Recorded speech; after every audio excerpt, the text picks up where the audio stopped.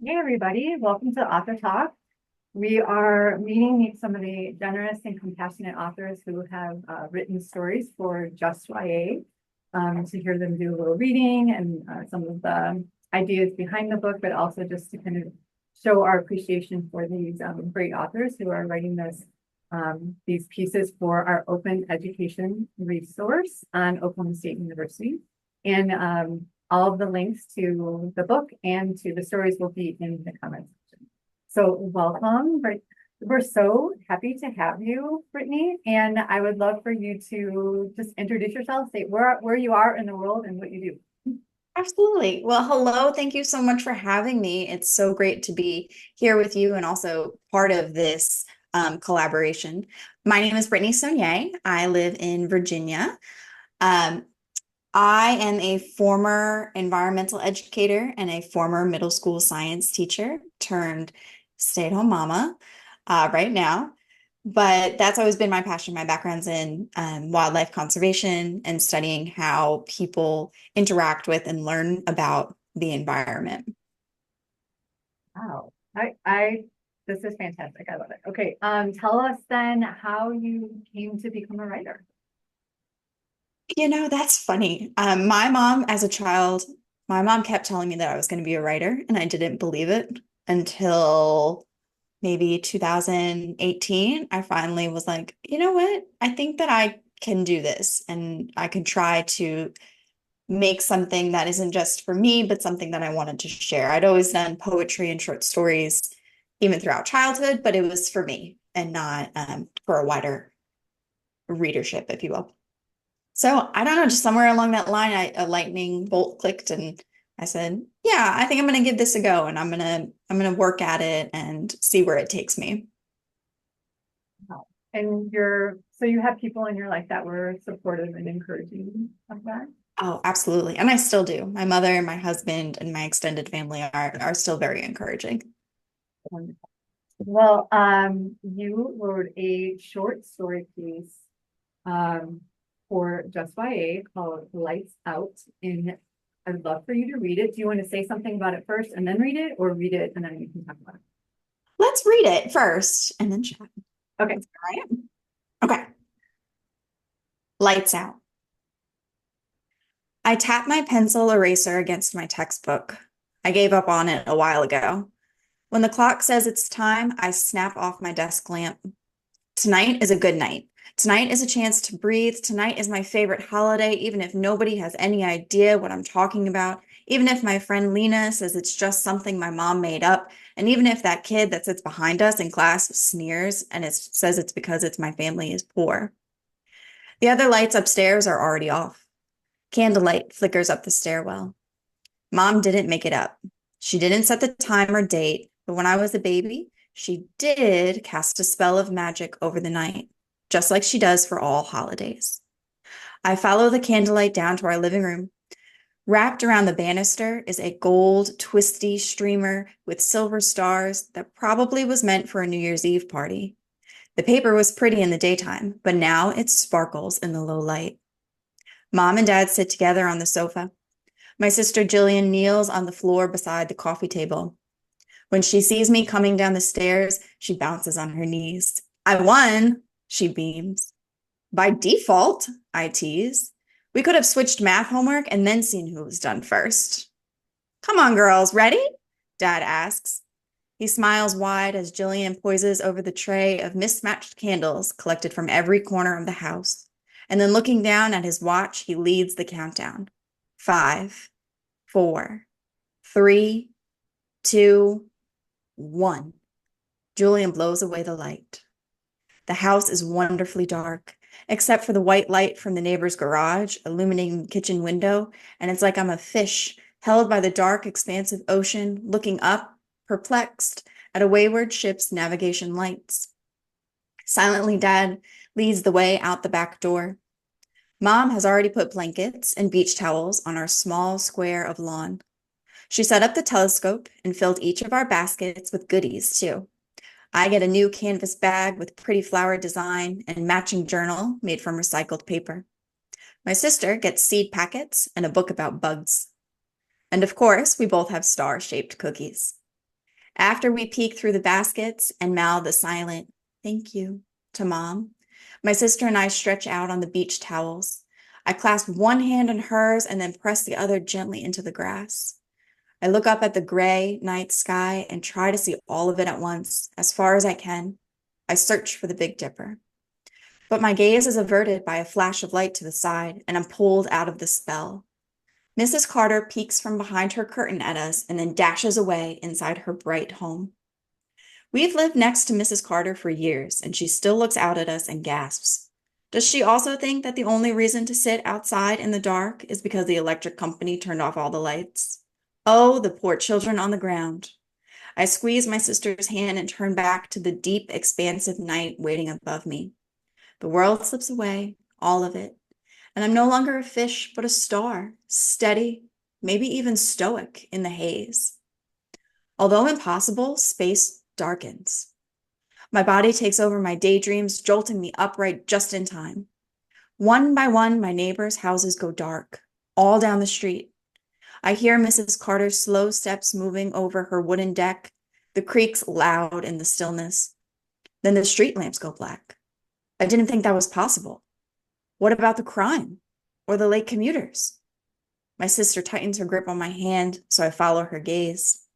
We watch Mom reach over the fence. She hands Mrs. Carter a basket.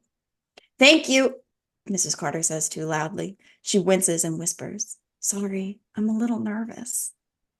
Mrs. Carter eases herself down into her Adirondack chair and leans her head back. I lay down again and try to let the world drift away again, expecting to drift into maybe a deeper, darker void of space. But this time, 7 stars shine down at me, connected only by imaginary lines. I realize I'm not only a star, I am in a constellation. Thank you so much. It's so great to hear you read it and to hear what your voice,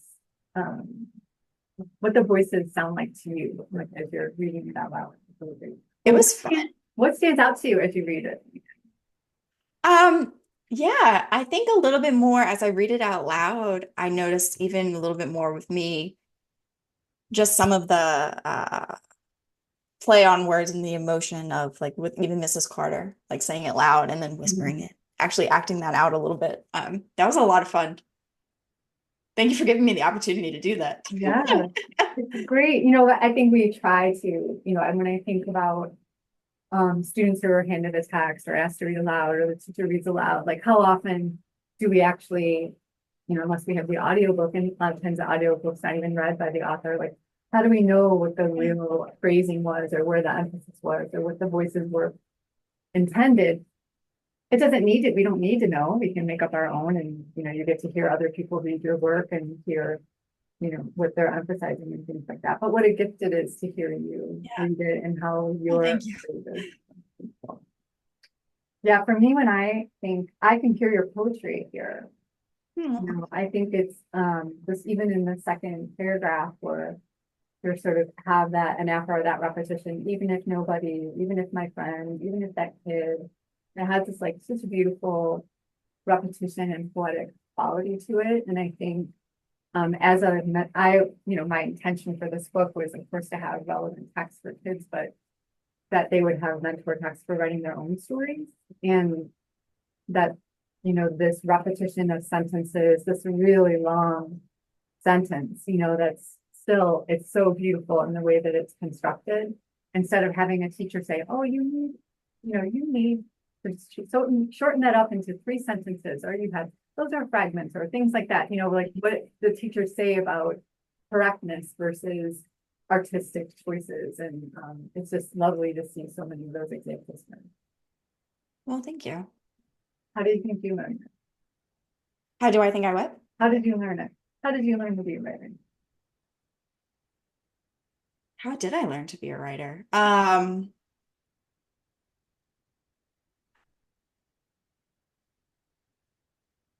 My honest answer, because no one's ever asked me that, would be probably having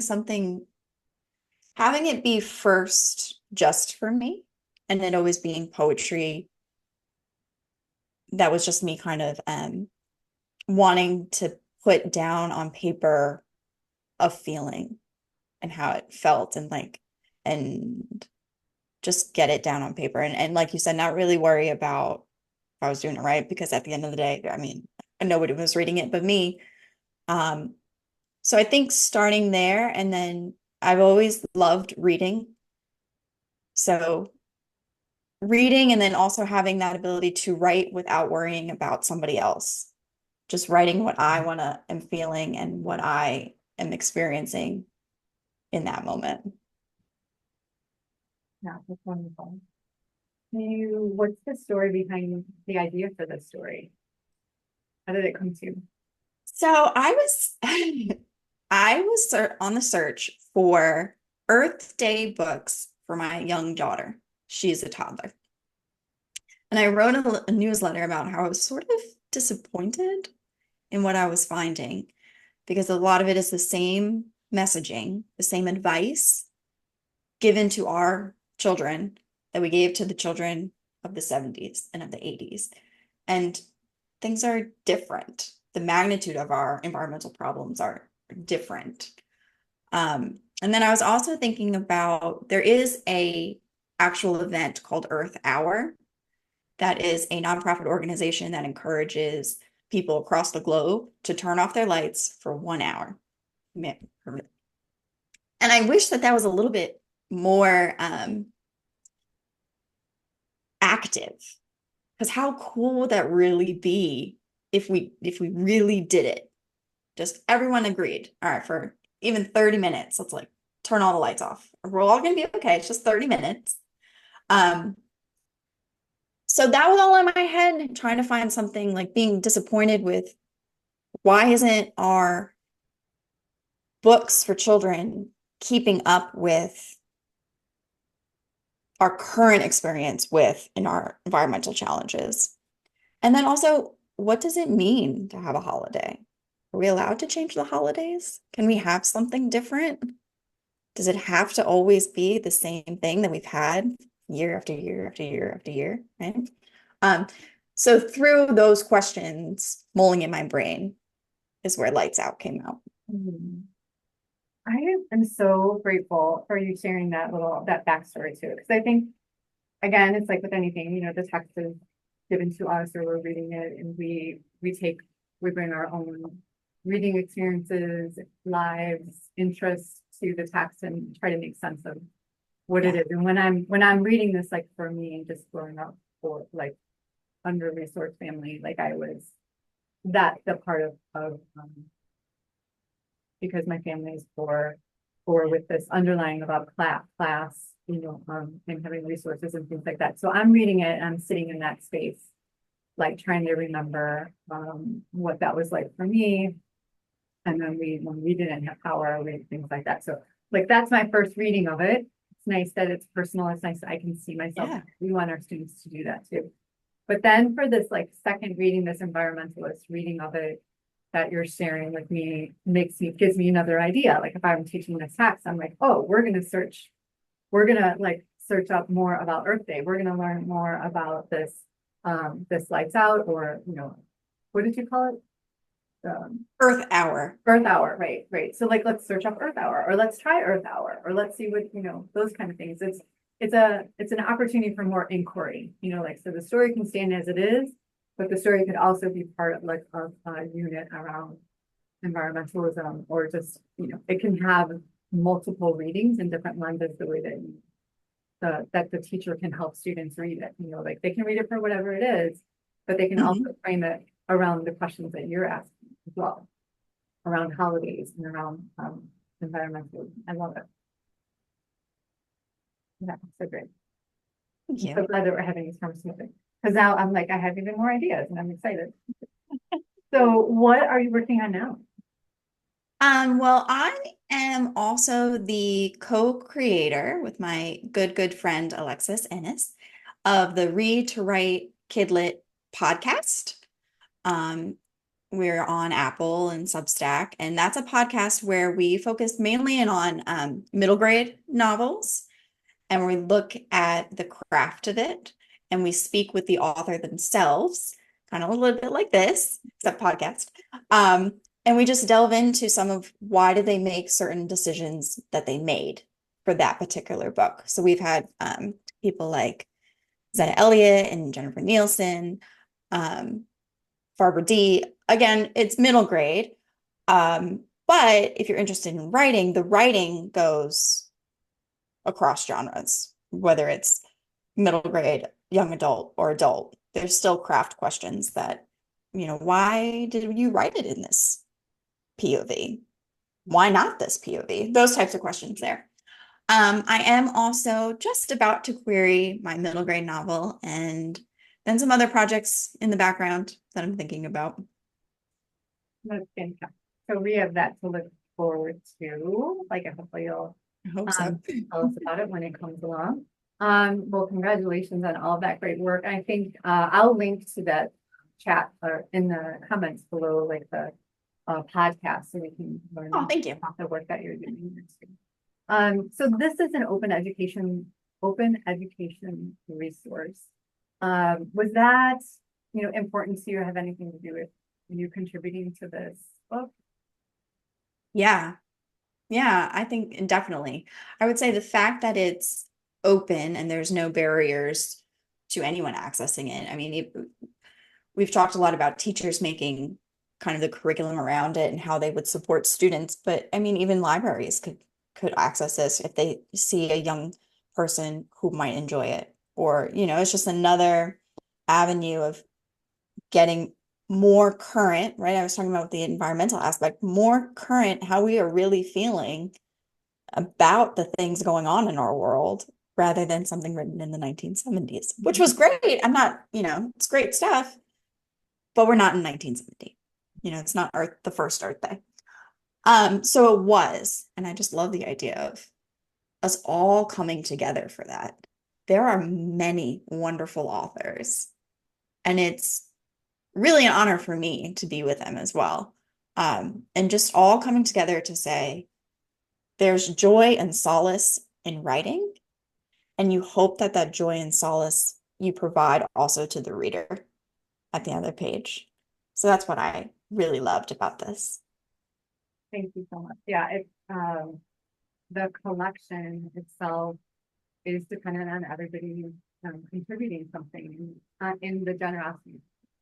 Well, because it's not funded, and already authors get paid a lot of money, and so it's a lot to ask them to to contribute something without compensation. I think this is a difficult thing for teachers as well, who we want to find students for a classroom, and the teachers are on GoFundMe pages and have their Amazon list trying to get people to help them fund their classroom. So to have authors come together to support teachers is an incredible gift, and we're really grateful for you. So thank you so much for all of that. So I think that's it. Anything else you want to say about writing or before we close? I think for me, my biggest, if you are listening and you are somebody of more of a science background, like I am myself, to me, they are not opposite ends, and we can explore science and art all together. So I would encourage everyone to look at that lens and see, go outside, look at the stars. Let's do it. It's nighttime here, so I'm going to go. Exactly. All right, Brittany, thank you so much for being with us. Thank you, Sarah.